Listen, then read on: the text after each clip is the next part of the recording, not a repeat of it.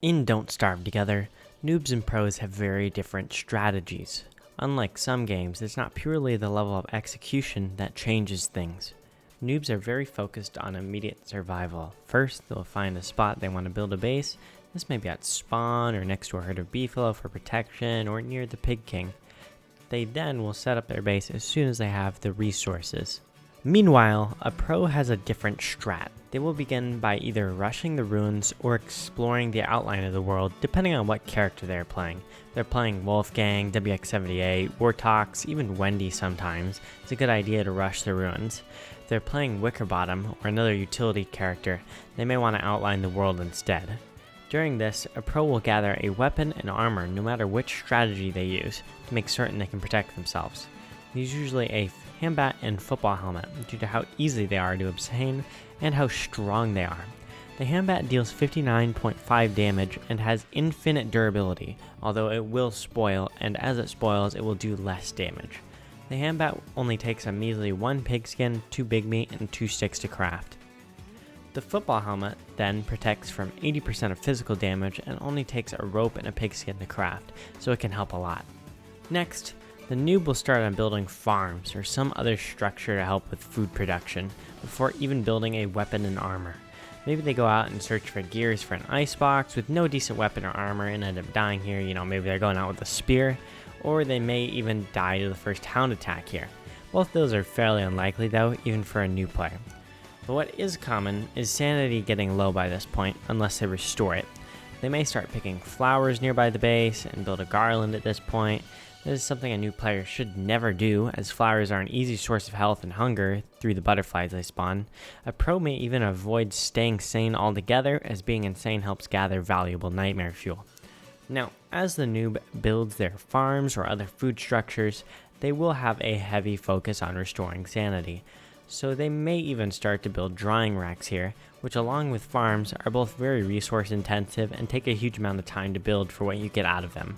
By the time they finish up their food structures, it's likely around day 15 to 20 if they're quick. Now, the pro, they either just came back from the ruins or finished the exploration of the world. The ruins rusher will have way stronger gear, such as a thulecite crown that protects from 90% of damage and has a 33% chance to summon an invincibility orb every time the player is hit while wearing it. They'll also have a lot of gears, 15 to 30 of them, a bunch of frazzled wires to give to the pig king, 30 to 60 of them, gems, and a bunch of nightmare fuel. The player exploring will have gathered enough resources to build a decent base with a few crockpots, at least one icebox, a birdcage, a fire pit, along with gathering other useful resources and knowing exactly where everything is on the surface map. The ruins rusher normally finishes the ruins by day 10 and will immediately start searching for the dragonfly desert to base in, and the pig king to turn in their frazzled wires for some gold. And not just some gold, hundreds of gold here. You'll normally have an okay base set up by day 15 to 20, but not as good as the one who's exploring the world. The world explorer normally finishes the map by day 8 and gets to work on a base. This is oftentimes in the oasis desert to avoid spontaneous combustion in summer, but I would recommend the dragonfly desert as it provides more resources such as tumbleweeds for grass and twigs, and you can head underground to completely avoid the downsides of summer when that rolls around. Back to the noob. As winter is starting, they will build some winter clothing and a thermal stone. And if they built farms earlier to be their food source, they suddenly discovered that they have no food. Now, if they'd built a crock pot, they could just go gather 3 ice and 1 monster meat for a quick 62.5 hunger from meatballs, but most won't, and they won't know that they can even do that. Instead, they begin to frantically search for food, grabbing carrots and berry bushes that won't respawn during winter. They also stay tethered to their base by the fire to warm up, instead of simply burning down nearby trees to warm up as they're out and about. Now, if they actually live long enough to encounter Deerclops on day 30's night, they will be abhorrently unprepared. They may build a spear and a log suit, or even a spear with a grass suit, or, more commonly, they won't build any armor at all and just continue with their spear, without any armor. Deerclops will take half a health bar in one hit for a base HP character.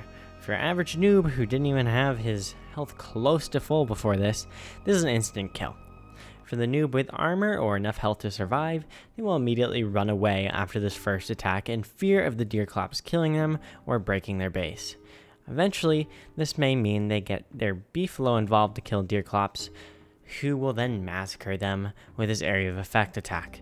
Or they may just keep running, and if they keep running, they begin to freeze to death. They'll plop down a campfire instead of lighting a nearby tree on fire. Deerclops then comes by and hits them again to finish them off, or the player runs away again until they freeze to death. Either way, it doesn't really turn out well for him. Now, the pro player enters into winter with a simple thermal stone and keeps their football helmet on so as to not get damaged badly by any sneak attacks. This both conserves time building items and is a better strategy overall, as the cold is not nearly as deadly as it may seem. They simply continue doing whatever they wanted to do at this point. Survival was never an issue. Maybe they want to build a large mega base or quickly rush the raid bosses like Claws and Dragonfly. If they get cold, they grab a torch and light a tree on fire as they look into Smokey the Bear's eyes with some disgust and contempt. That's right, Smokey, I see you. Running in and out of the fire, they warm up significantly faster without taking any damage until they are barely not overheating, then continue about their day.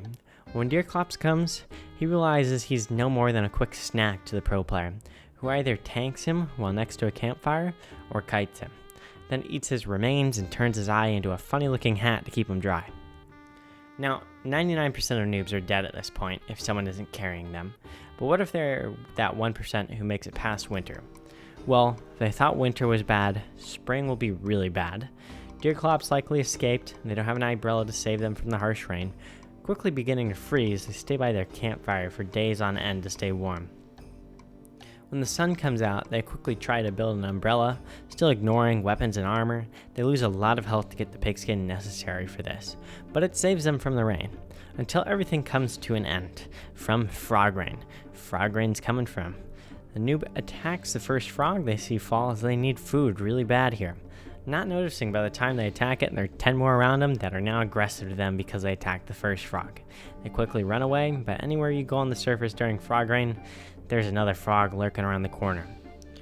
The noob doesn't even think for a second to enter the caves to avoid the sudden chaos and doom and just dies here. Even if they go to a touchstone to revive, the frogs will kill him again. There's no chance on survival mode for these players. The pro uses their umbrella when the heavy rain hits and dries off the excess water on their fire, or a tree they burn, and continue with their day. Frog rain is a simple joke to a pro. They either use it to amass food by killing the frogs, whether that be by using Wolfgang's mighty form, or Abigail, or Wickerbottom's on tentacles book, or they simply just go underground to avoid the whole thing.